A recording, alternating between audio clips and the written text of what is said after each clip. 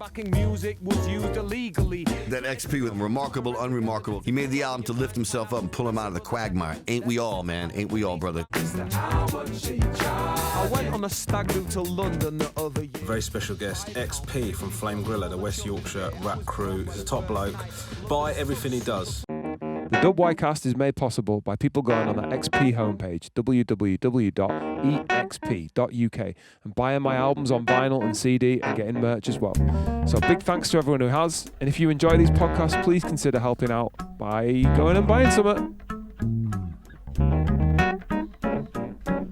Ladies and gentlemen, it's nearly time for the WYcast Series 5. If I said I'd stop doing this, I clearly lied. To represent the area, I feel inclined. So I'm ExP, I'm the bearded guy. Plays keys for Jamatoni and appears on mics. The youth aren't feeling it, my streams aren't high, but their moms bought my vinyl, I feel alright. Shouts to my regulars, it's all for you. If this is your first episode, all I do is talk to people who've got the fortitude to keep hip-hop alive. It's what they're born to do, and they're all representing West Yorkshire too. Promoting, producing, performing tunes. I find out the origins, stories, views, and on this episode I'm talking to Robin Rizla to kick off Series 5. Dude I have known for quite a long time, an incredible producer, rapper, mixer, pretty much tries his hand at everything and succeeds. He's always been dope. He's always been a bit underground, like not that many people will have heard of him. But it's ridiculous because he's made some incredible production and been involved in some really dope shit over the years, and has always put WY at the forefront of everything he talks about or produces for or whatever. So yeah, check this out. It's a really dope chat. Robin Rizla. Yes, mate. How's it going? I'm chilling. How are you? Yeah, I'm brilliant. Thank you, mate. Good stuff. Thank you for joining me in Liversedge, on the top of hill of Liversedge, looking at maybe even see the Union Jack there flapping away in the distance. The Spen Valley, where we're from. Spen Valley, baby. We had this in the diary, and well, we just never. I just needed to book it in, and travelling over to Liversedge from Leeds, I was just being long about it, I think. Oh, man. I don't believe you, mate. Bless you. Thank you for waiting, man. No problem. You are a dude that I have known for ever, it seems, in terms that you were definitely a big part of the first resurgence of WY in the sort of 2011, 2012, where we were doing the cypher and stuff like that. And you're an amazing producer and MC, brother. And it's saddened me that I haven't seen more from you, but I know you guys, Green Tea Records, which you represent. That's it. Green Tea. I haven't been able to throw as much out there, or at least, I don't know, I don't think a lot of people know about you. And I think that's a fucking massive shame, man. Well, we've kind of isolated here a bit. Is that how you feel up in Liversedge? We do, yeah. And I think we've grown to kind of like it that way. Get used to it. We've got used to it a bit, just mate. the yokel rappers out here, just putting tracks out and being like, It's like we've never tried to, like, obviously I say we because my rapping and producing career, as you call it, basically a hobby more than all. No, we don't use the word hobby. Well, all right, career. Yeah! Has always been intrinsically linked with Mad Antiks, Ash March, which has always been my best mate, and it's something we've always done just for fun, basically. So when we first started doing it, obviously, we started coming across all your stuff, Flame Griller. Sick. We came across Synoptic, obviously the big one, Lunar C. Yeah.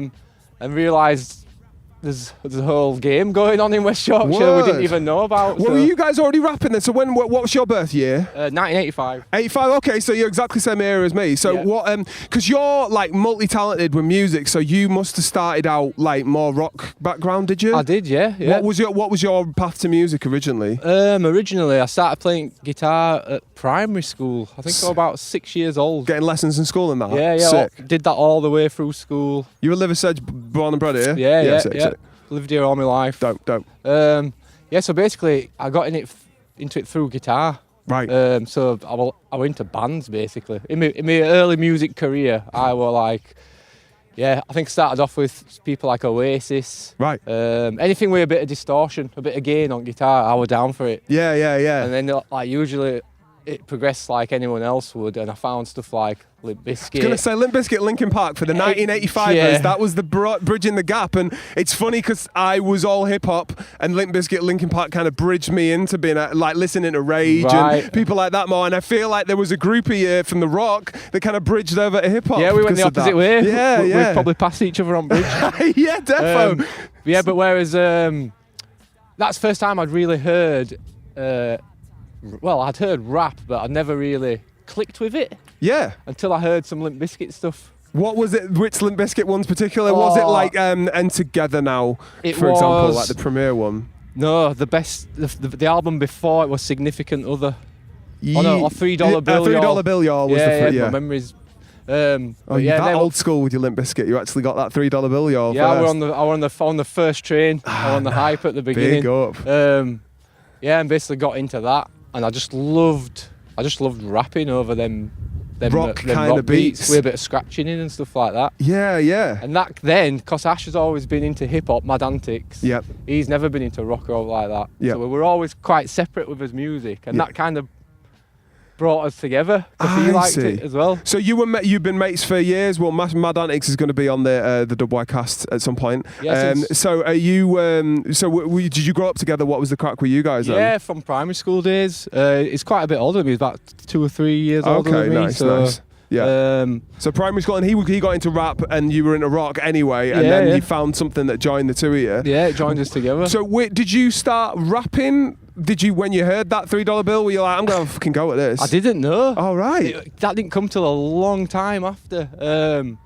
Obviously, I went on a journey then through hip hop. I got into hip hop and what I'd missed. Like Ash were always into stuff like Nas, all the old school stuff.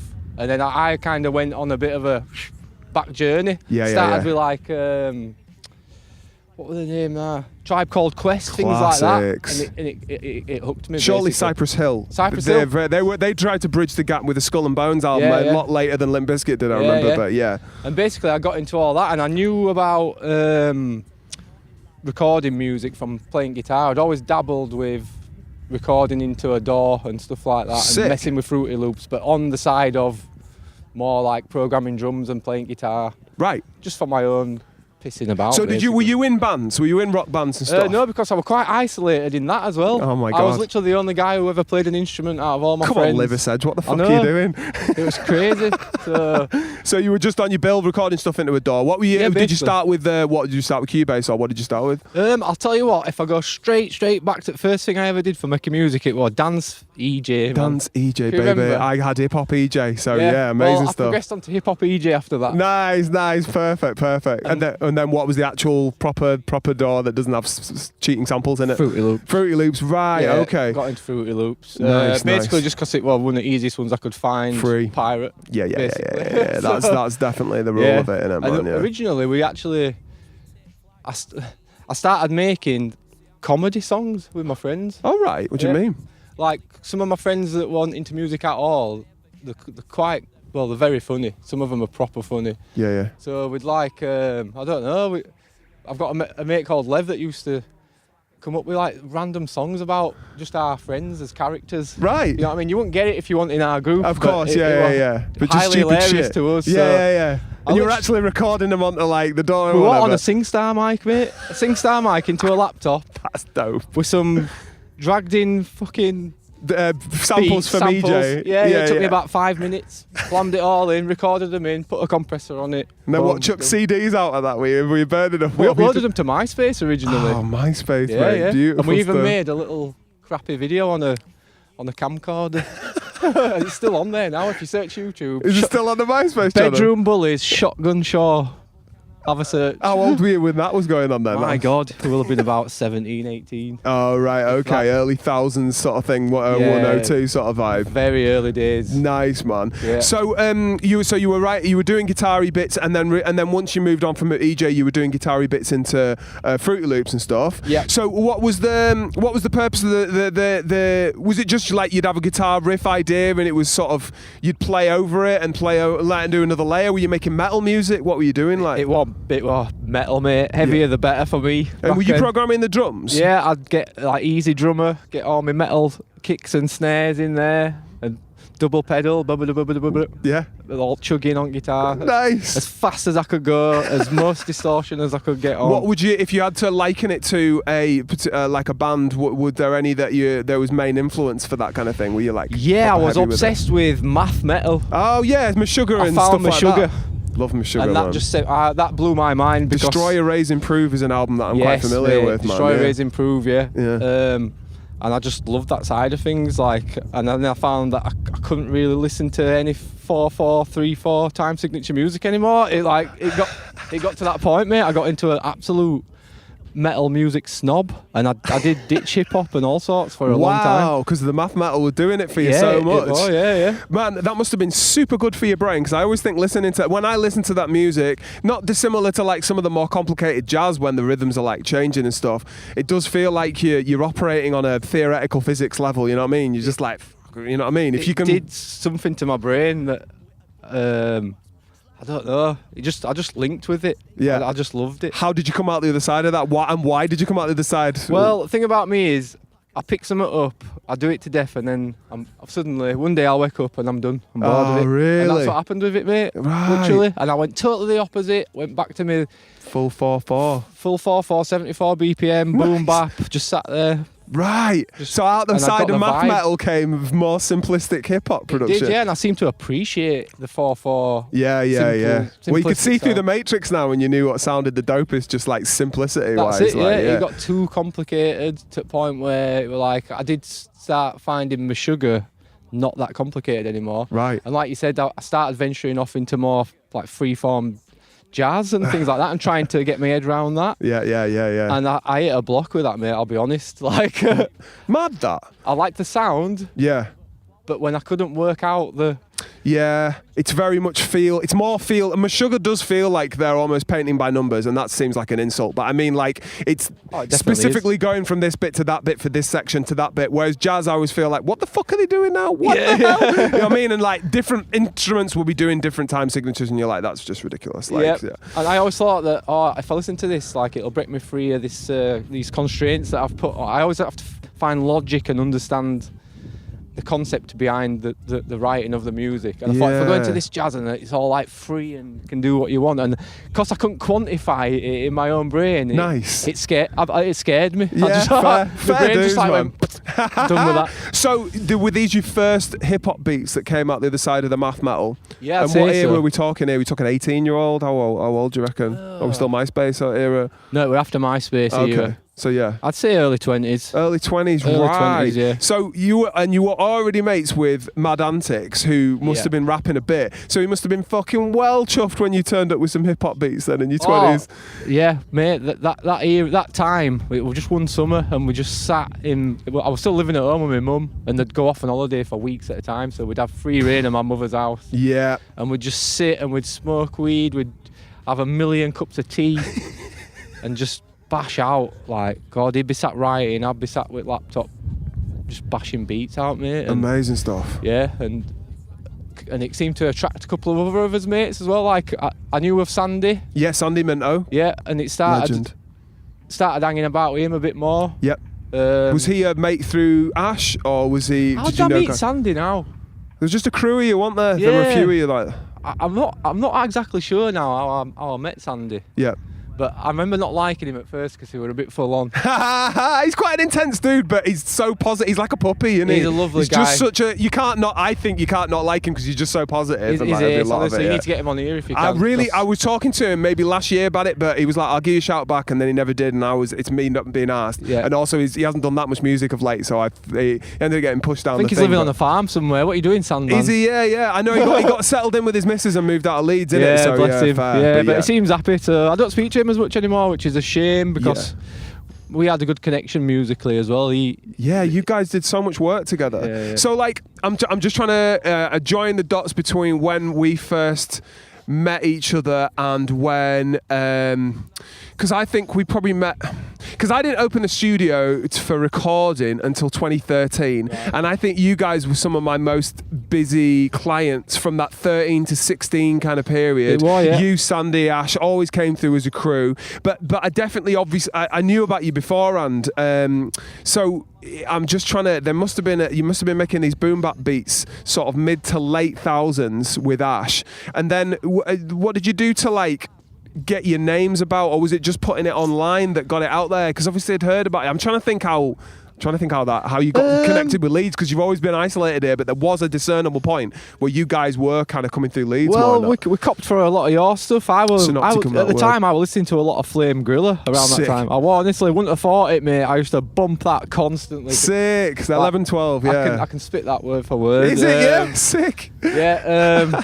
And we got onto. I noticed that you recorded Synoptic, and I noticed it was you that ran it and all this other stuff. So it was basically just a bit of just curious investigation online. Yeah, basically. I remember you, because we definitely started the cypher, and then you boys came through, and like I feel like it was at least two, you and Sandy, if not you, Sandy and Ash. Yeah, a couple of times. And then like sometimes we'd have like the main cypher in the main room, and then you had just like a little cypher. It's almost like you'd started your own little preschool, so like you weren't welcome in there, and everyone, there was plenty of opportunity for you to come into there, but it felt like you were like, oh, we'd better do this little training cypher because we don't feel like we can sit next to Lego. I can't speak for them two, but I felt highly intimidated because a lot of these people that were at the cypher had obviously done a lot of curious investigation online before. Word. So it was a bit like, whoa, that's such and such. Yeah, without me realising it really. I think I built it into my head that like these guys are doing it, you know what I mean? These guys they were famous in my eyes, all of you. Yeah. So, and I'm not a freestyler. Can't claim that I am. I've never been good at freestyling. Yeah. I'm not very good at written, to be honest. When did the writing come in after the boom bap beats that you started after the math metal? Was there a point where you were like, I'll tell you what it was. This is going to be cliche as Oaks. You've probably had it a few times, but then I discovered Lunar in his battles. Yeah, right. Okay, so you never wrote a verse before you discovered Lunar doing a battle? Not one. Wow, yeah. That's mental. Because that's 2010, 11, yeah. innit? Like, I think his first one was 10. Yeah, so. And I was hooked, man. I'd never seen battle rap before. I've obviously seen 8 Mile, but I didn't know there were a UK scene of it. Of course, yeah. And obviously, the humour, I just linked with it. Especially with Lunar being from Bradford, a lot of his humour was relatable as. Yeah, I just pissed myself at it. So I started just writing shit to diss Sandy, basically. So, like, we'd come out on a night and I'd have a full 16 just dissing the shit out of Sandy, man. And then he'd come back next day with a 16 just dissing the shit out of me. Nice. So you're just taking the piss out of each other. Basically. Say you guys when was the first thing you recorded then, do you think? First thing we recorded, well, we used to record some random shit on SingStar mics. Yeah. But that was like your metal-y vocal stuff, right? No, we did a couple of hip-hop songs on there that never saw light of day. And the SingStar mic, I thought that was pre-2010 though, nah? I think it carried through all the way. Right, fair dues. We never upgraded to anything. So you did some bars on a SingStar mic? Basically, me and Sandy made a couple of tracks that have gone into EFA. He might have them, I don't know. Yeah. But yeah, it was like me and Sandy over a couple of my beats that I'd made. We didn't put it anywhere or all like that. We were just proud to have made it and kind of listen to it ourselves in a sick, weird way. Yeah. But then, like, obviously, when we discovered you guys over there, we were like, why don't we book in at Synoptic? Yeah. And get fully. a proper, guy knows what he's doing. Make you know it sound good and that. Because at that point, I was recording stuff in there. I didn't know what I was fucking doing. Yeah, I get. So this is like, I think, and this is like, certainly now in 2025, I think you're one of the most competent producers, mixers, masterers in West Yorkshire. No way. And I've tried to recommend I don't know whether anyone hit you up off the back of it, but I know we were talking about trying to like you becoming a mastering partner, because I don't really do mastering for my studio, because I think you're really dope and you've got a really good ear, and I think your brief explanation about getting into math metal kind of shows, because you've just got an interest, you've got a depth of understanding in music that's natural to you and it's completely unnatural to everyone else, and it makes you dope as a result, man. And yeah, your shit sounds like phenomenal. So because I remember a lot of the things you were taking at my studio, I was still giving you the acapellas and you were taking them back and mixing them and like... Yeah, we're getting them raw. Yeah, getting them raw and fucking with them, and they sound great, man. That's where the fun was for me, to be honest, back then. Like, yeah. Everything, making the lyrics and the beats and stuff were kind of a peripheral to letting me do that mixing and mastering thing. I needed something to work with, so I put the work in, and that's the bit I enjoyed. Yeah. I used to like sitting there and just, I don't know, mixing myself backwards in my ear, you know what I mean, and then getting someone else to listen to it and seeing what they think, taking it out to car, see what it sounds like in car, put headphones on, see what it sounds like with headphones on. Your shit always bangs, it's always clean, and I was always impressed with the amount of like work that you did. Like you'll do little vocal, like, you'll take a word and like do some mad shit with it at the start of a bar or whatever, just to like give the ear something to hook into, and a lot of people will be a lot more like, yeah, you recorded it, that's how it comes out, sort of thing. You know what I mean? Myself included sometimes. I did like to mess with things quite a lot, to be honest. But as far as like mixing and mastering for other people and stuff's concerned, like I did get quite a lot of people over years contacting me through your recommendations. Oh, did you? Good. Yeah, but life gets in the way, mate. Like I ended up at like lots of stuff in my personal life that basically didn't go well around that time. For me, basically. Yeah, so ended up having to leave home. Met a girl, had some kids. Yeah. Just basically life got in the way, mate. Back then when we were first making beats, I were an absolute bum, I swear to God. I had no motivation for anything in life at all apart from music. I'd smoke weed. You could tell that at the time. Yeah. But it was because we were just doing music together.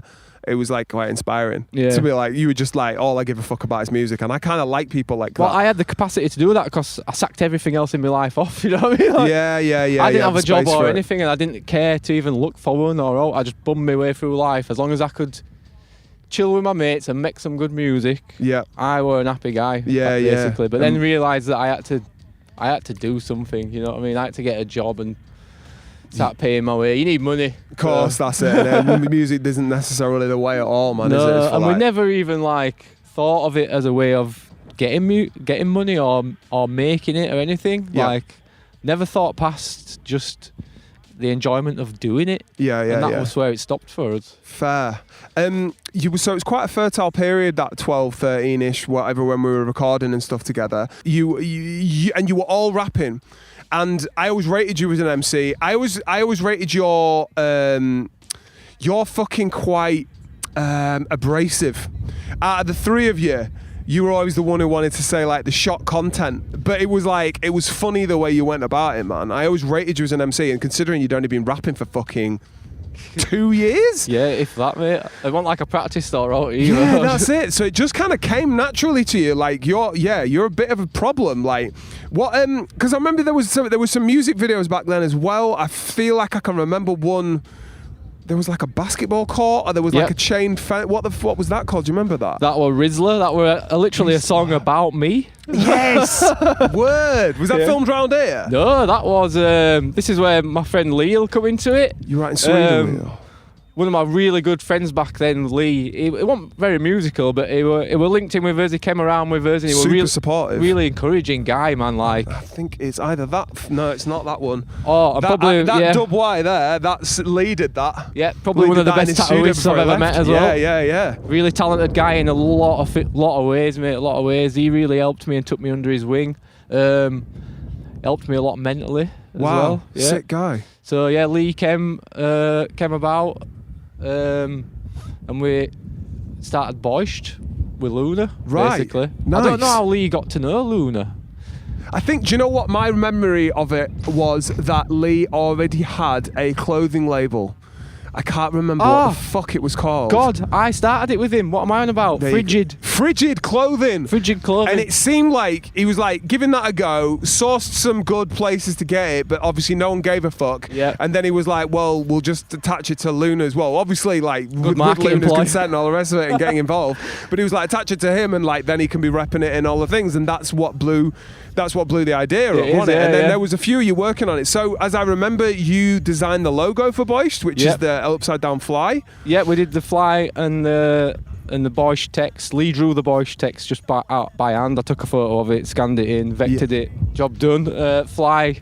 Was there a reference for the fact it was an upside down fly? Yeah, fly tippers. Fly tippers. So had Luna said, well, you know, it's fly tippers, something around that? Yeah, it was Luna's idea, I think. I think it was, yeah. And he said do an upside down fly. Upside down fly was his idea. Okay, and then nice. we came up with the visuals for it. Yeah.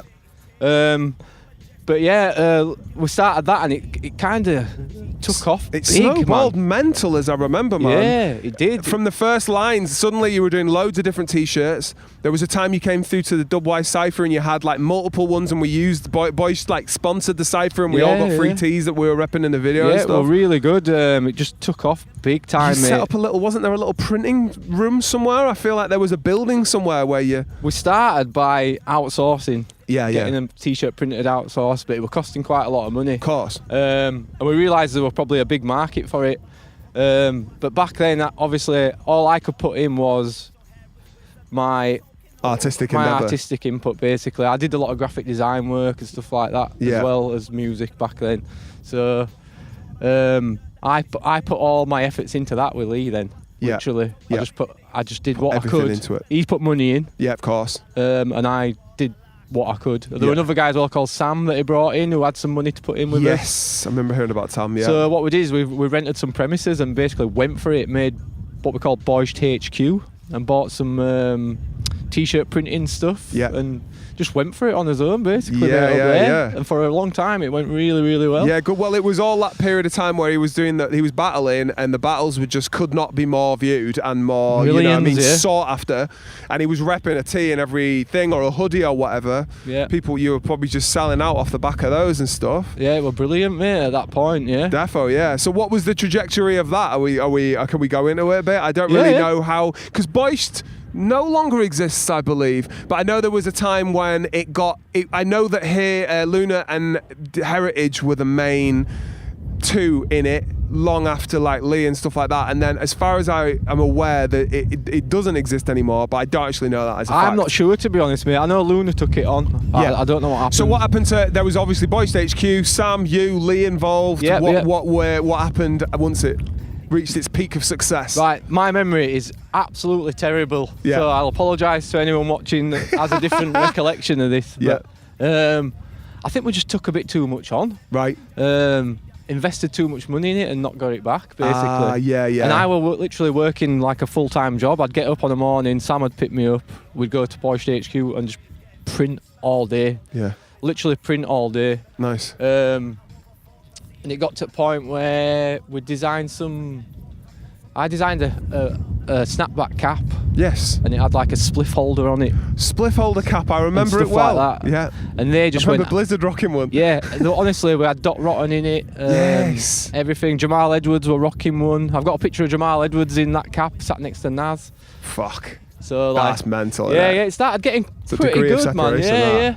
And I started getting a bit of a big head, I'll be honest, man. I was running Twitter and stuff like that. Were you running the Boisht Twitter? I was running the Boisht Twitter back then, mate, and I was a bit of a live wire back then.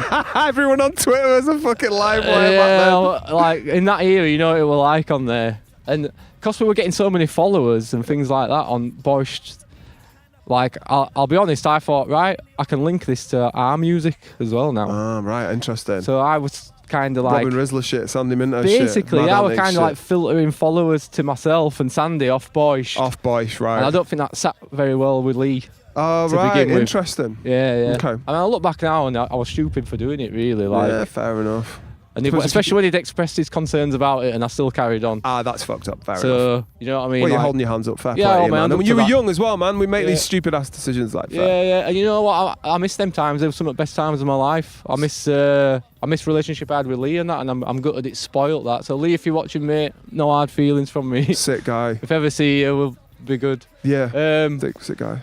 But yeah, and that literally died a death. After that, for me, like Did you walk, or was it Leigh like you taking the piss now, fuck off sort of thing? A bit of both, like, I think. If I remember right, yeah. Like, I think I'm done with this because I'm literally working full time and not seeing much benefits apart from a few Twitter followers for my music, basically. Yeah. So, and that was that basically. But in that time, like we'd got that good. We ended up having like went out to Stockholm with Leigh and Boisht paid for it all. Wow.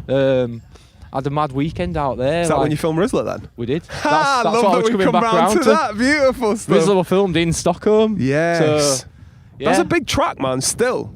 Yeah, some of them are all big tracks, and nearly all of them you're all repping Dub Y as well, which is sick. You all always shouted out Dub Y, you guys. Yeah, there's a few Synoptic shout-outs in Rizla. Take it, mate. Because that was recorded at your Synoptic Studios, of course, before it became Dub Y Studios. Amazing. Yeah. So, yeah, we went out there and recorded that video whilst working on...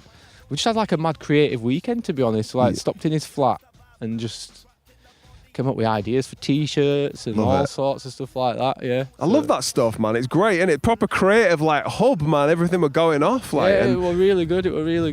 Loved it. Loved them times.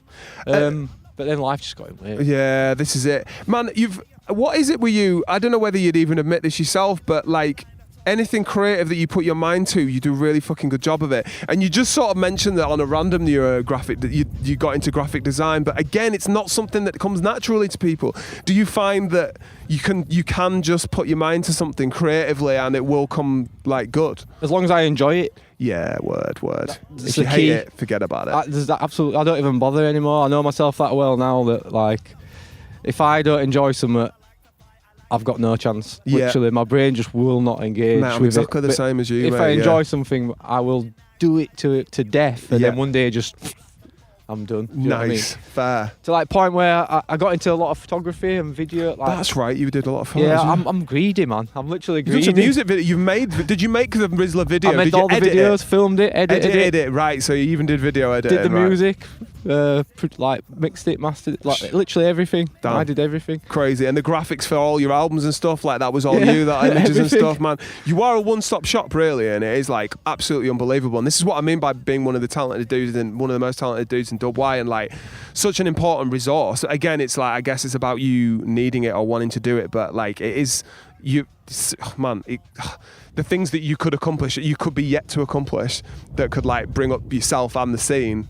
You know, I think lay ahead of you, man, and I really hope you can become. Well, a main this is part how I of see it. I see it as like, because I ain't done much in last, God, how old are my sons? I've got 2 sons now, twin boys. They're 11. Yeah, that's it. So literally 11 years, I might Had as well to be concentrating I might as on well have that. retired, apart from I make some beats for Ash and we've set up at my place and record. Yeah, I'm pleased to see that there is still stuff coming out via Mad Antiks. What was there a definite point where you hung up your rapping boots, or was it just that you weren't feeling it, or was it because of kids you've just not got the space to be writing bars? Because when was the last Robin Rizla verse, I guess, is my Well, to be honest, there's one yet to come out on one of Ash's tracks. exciting. Is it a 16 about Sandy Minto? No, it'd probably be better if it were that. Yeah, my writing style that I obviously got used to, because I'm a bit older now and I've had kids and that. I don't know. I listen to some of my old stuff and it makes me cringe. Yeah, there bit. was a kind of raw fuck you attitude to that old Robin Rizla, wasn't there? It But, was just like, an angry. You're an horrible bastard. Yeah, I was an horrible bastard. You're an basically. horrible bastard, Yeah, yeah, literally. And I just thought if I say the most shocking thing that rhymes, it'll get some attention. It's art, isn't it? It makes you feel something. So I don't see it as art that anymore. I think it's a bit Word.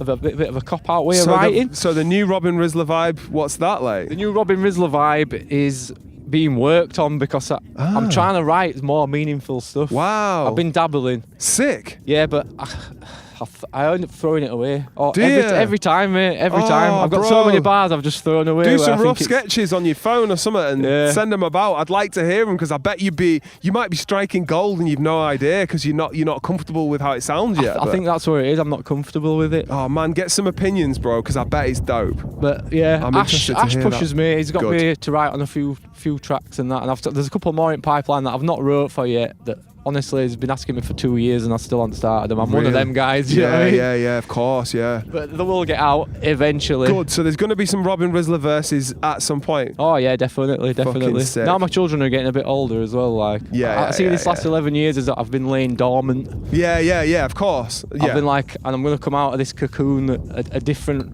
Rizla. Yeah, nice. Yeah, I've even thought about changing my name as well because I hate the name. But I was just about to talk to you about this. Yeah. I actually think it's one of the best names in WY. yeah, Because you're called Robin, and Robin Rizla is funny as fuck. Because it is, because you're stealing someone else's Rizla. Exactly, Robin that- Rizla yeah, is genius. that's what- Unless there's another Robin Rizla that I don't know about. I think that's like one of the best names going. well I've got Sandy to thank for that because He came up with it. well yeah because I were always like, oh mate, Have you got a Rizla? I forgot my Rizla, mate. Can I rob a Rizla? So Sandy literally named you it, and He it's was like, actually you're always pseudonym. robbing me Rizla, and they were Mate, like, there we go. Until you quit weed, which will probably never happen, I think you've just Cut got down. to continue. Yeah, you've got to continue Robin Rizla, man. I think that's such a dope man. Right, well that's a given then. We'll stick with it's it. gotta be, man. Gotta be. We'll stick with it. So, when did Green Tea Records is a recording company, house, production, Yep. everything, all encompassing videos, mastering, recording, and releases. The When lot. did that come about? When was the inception date of that? Oh God, Ash's idea, to be honest. Mad Yeah? Antiks. Yep. So Yep. you got you both 50% on it? Would you say you co-owners kind of thing of the idea? Yeah, at time when we thought about it, he were like, this music recording in your bedroom and stuff seems to be picking up a bit now, like some equipment you could get and stuff like that. And we were like, should we just get ourselves like a little kit so we can just dabble and just, I don't know, see where we can go with it, basically. Yep. So it were Ash that put money up. Right. As long as I, did your bits. Did my bits. So Ash got us a Rode mic stand and dope, all the good stuff. So I want to say everything that's coming out of there is sounding nice. I'm like, did I record that? No, I didn't record this one. It sounds fun. Well, if you can't tell, then I must be doing something good. You're doing now, something good, brother. Definitely, yeah. Yeah, and we actually got above where Ash works, his barbershop. We rented a room. Huh. Right. There, monthly. So, and we set up a little booth in there, all soundproofed. Got a PC in there, a sofa. What TV. year was this? Do you reckon? When were you starting this out? God, probably about 4 or 5 years ago. Right. We started that. So green tea. So like just after COVID or COVID-y sort of times. Yeah, literally just after. Right. Back end of it, we were setting it up. So Green Tea Studio actually does have a studio. I just assumed because like I didn't know whether there was a space or just like your back room or something like that. Well, unfortunately, not anymore. Right.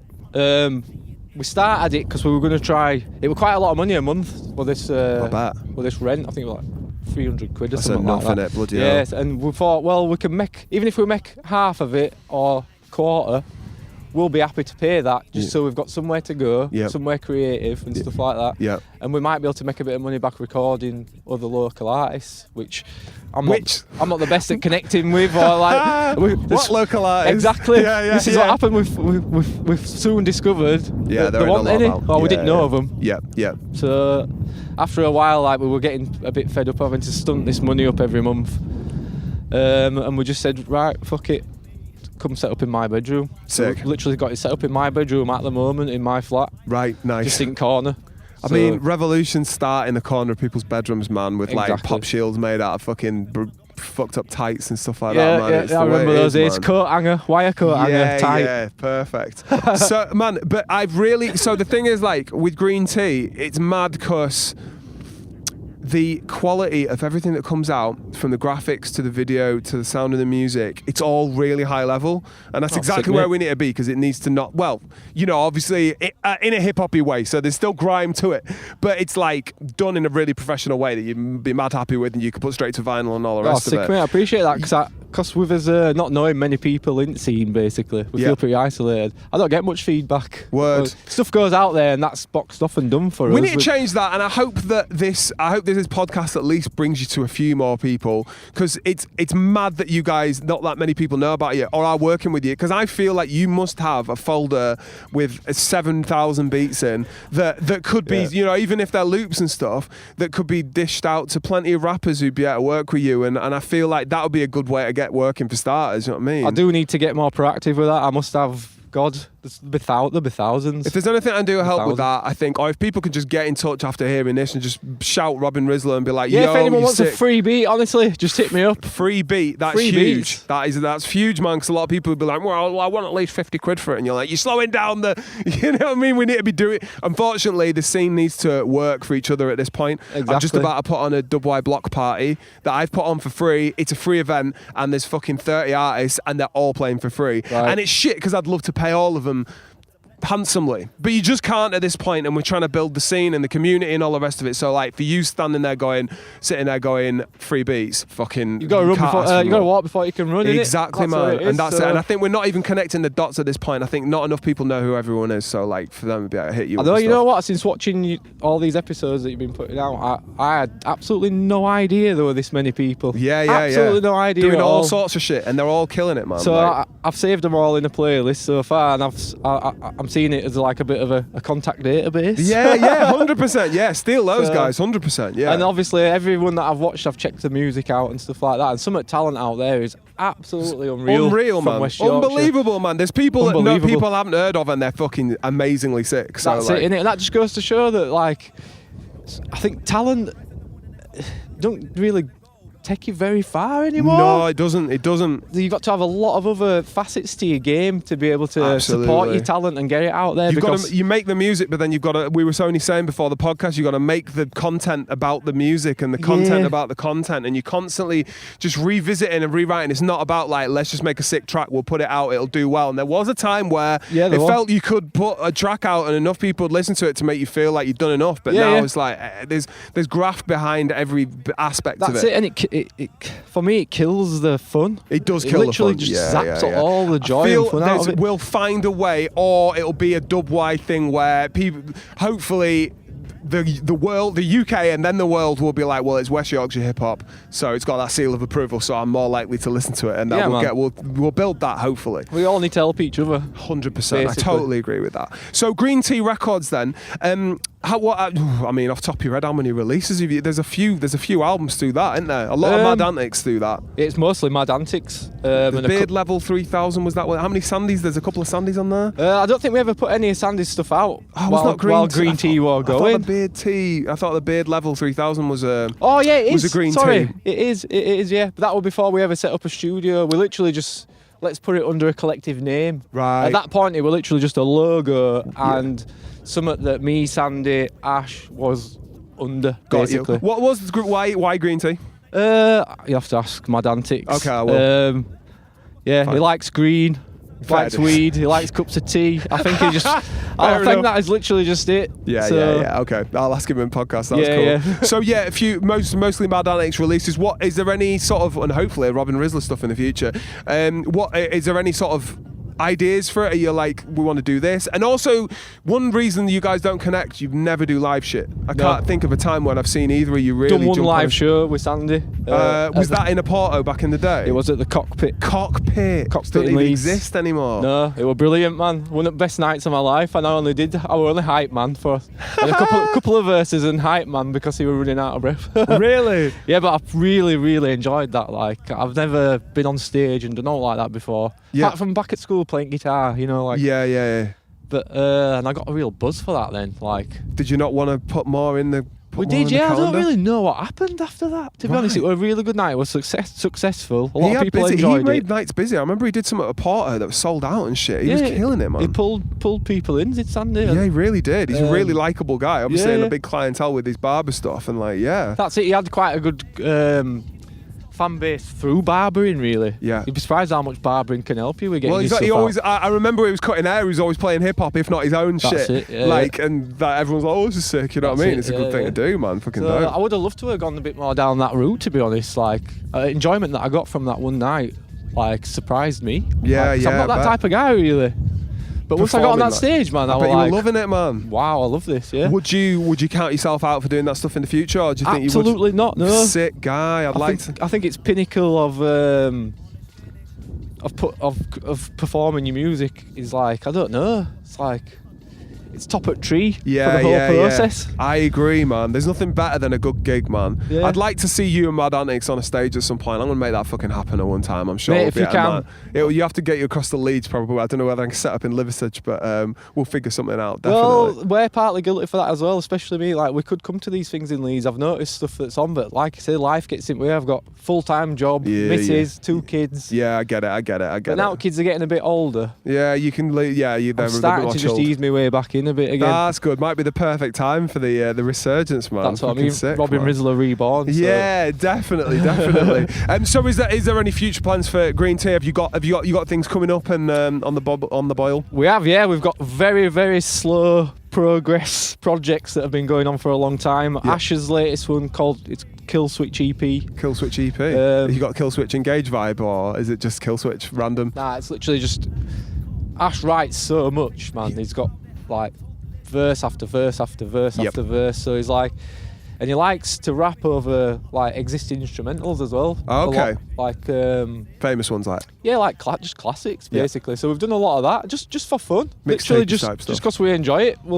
I like putting his verse over some of these older beats and just maybe cutting beat up to fit his verse and having a little mess, stuff like that. Yeah. So that's basically a bit of just a fun project. But he has got a proper album working in background behind that as well, called Mistaken Vacation, which is all my work as well. That's all your beats? Yeah, and they're very different. Oh yeah? They're very like, I'd like to call it ethereal hip-hop kind of. I can immediately hear very little drums, or the drums are really weird. The drums are there. Yeah. But it's not focused on the drums. It's atmospheric and shit, yeah. It's a bit more atmospheric. Ooh. And I don't know. Lots of guitar. I got some guitar in there. No guitar. Well, it's a few guitar samples. Nothing that I've played. Okay. But yeah, I'd say it was quite spooky in a way, and a bit don't know. I can't describe it. A bit wishy-washy. You guys have always done spooky really well. There's a couple of tracks.